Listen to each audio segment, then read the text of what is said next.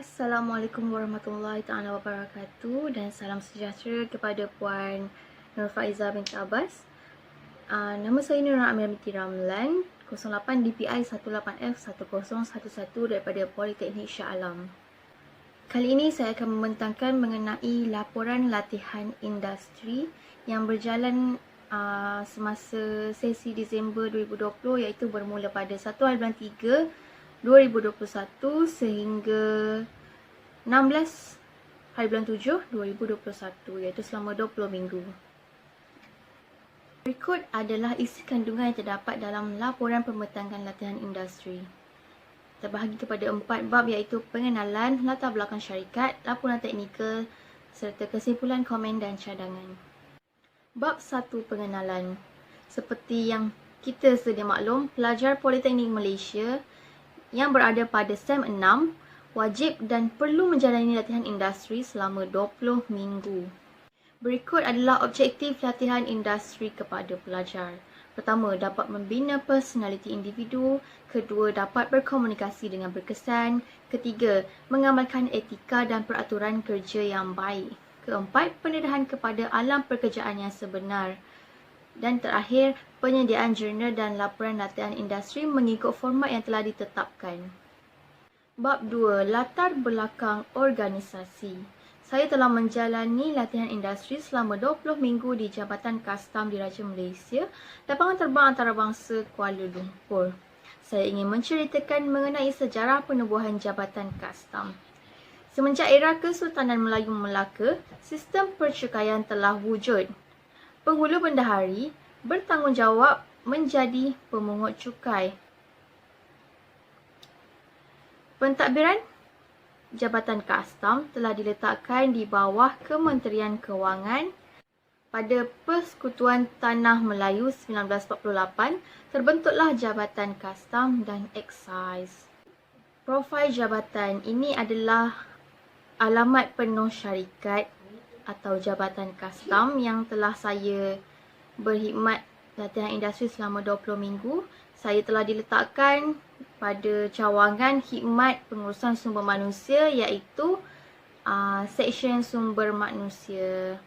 Visi Jabatan Kastam adalah Kastam Peneraju Kemakmuran Negara dan misi adalah memungut hasil negara, memberi fasiliti perdagangan dan penguatkuasaan undang-undang demi kemakmuran negara.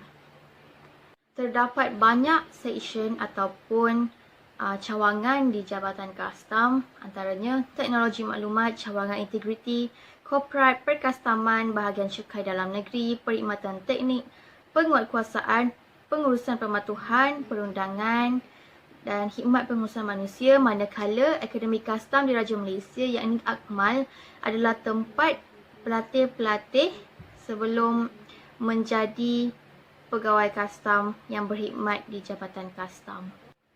Buku perkhidmatan kerajaan amat penting bagi kaki tangan awam kerana ia tersimpannya rekod-rekod semasa mereka bertugas. Saya telah membantu kaki tangan di Jabatan Kastam untuk merekod kenaikan gaji, akta rahsia rasmi serta pelbagai dokumen-dokumen ataupun lembaran yang perlu direkodkan ke dalam buku rekod pegawai. Yang kedua adalah fail peribadi. Fail peribadi merupakan fail rasmi yang diperuntukkan untuk setiap pegawai yang berkhidmat dalam sektor kerajaan. Dan fail ini perlulah diletakkan di bilik fail keselamatan agar tidak dicerobohi oleh orang yang tidak sepatutnya. Dan fail peribadi ini hanyalah dipegang oleh Seksyen Sumber Manusia. Dan fail ini adalah sulit.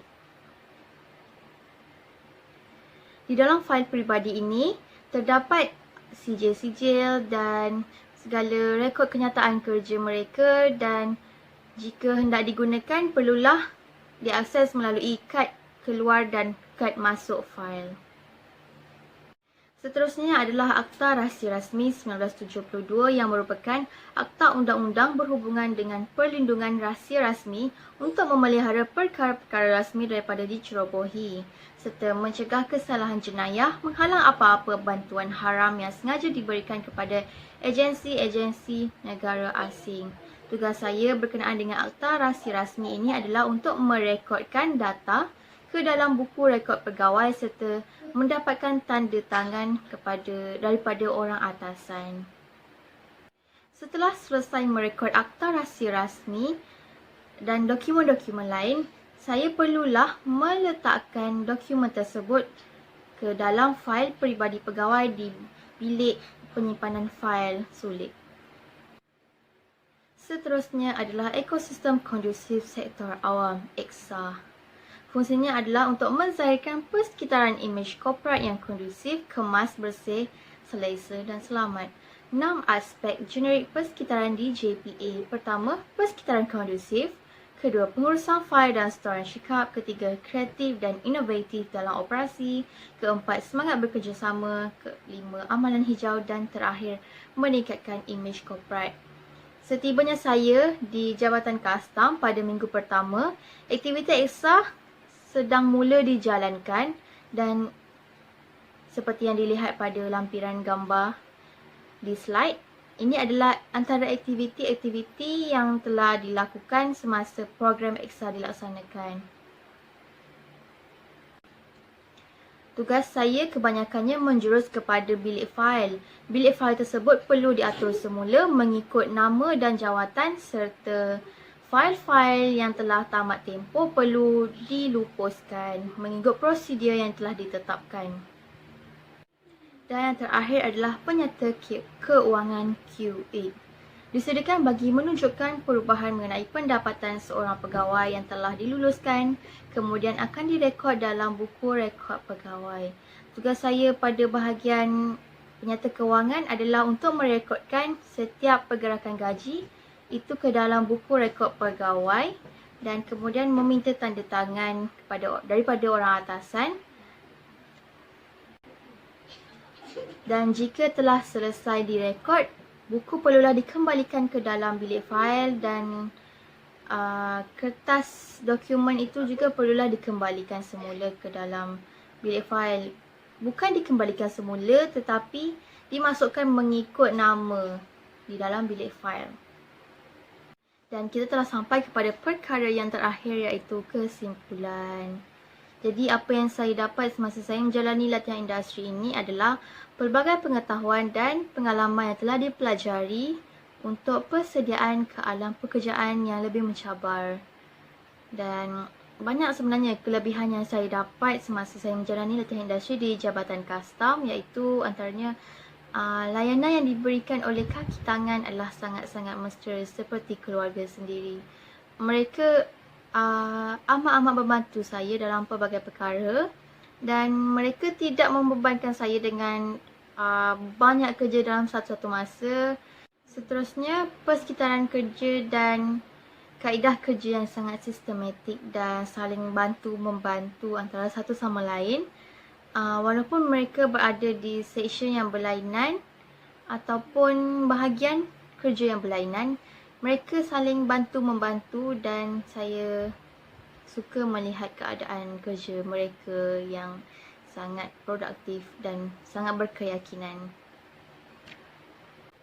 Sememangnya ada sedikit sebanyak cadangan yang ingin saya kemukakan, iaitu bagi pihak pelajar sendiri, mereka perlu membuat pemilihan organisasi yang sesuai dengan diri mereka dan membuat penyelidikan dahulu sebelum memulakan latihan industri. Seterusnya, bagi Jabatan Kastam Diraja Malaysia, mereka perlulah meneruskan pengambilan pelajar latihan industri kerana banyak seksyen di situ dan boleh memenuhi pelbagai bidang.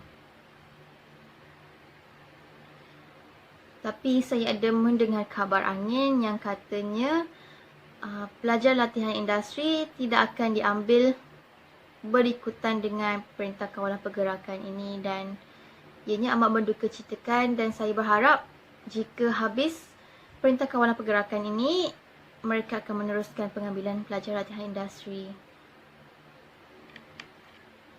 Dan Jabatan Kastam perlu memberi pendedahan yang lebih mencabar kepada pelajar-pelajar latihan industri ini kerana semasa saya menjalani latihan industri di situ, saya tidak dapat keluar menjalani kerja-kerja di lapangan, di kargo, menikmati suasana di luar kerana mungkin sebab Perintah Kawalan Pergerakan ataupun sebabnya saya di Seksyen Sumber Manusia, saya hanya bekerja dengan buku-buku rekod pegawai dan tidak terdedah sangat dengan dunia luar. Jadi untuk kali terakhir dan yang terakhir sekali, kesimpulan, diharapkan segala pandangan dan cadangan yang diberikan akan diambil positif oleh syarikat untuk masa akan datang.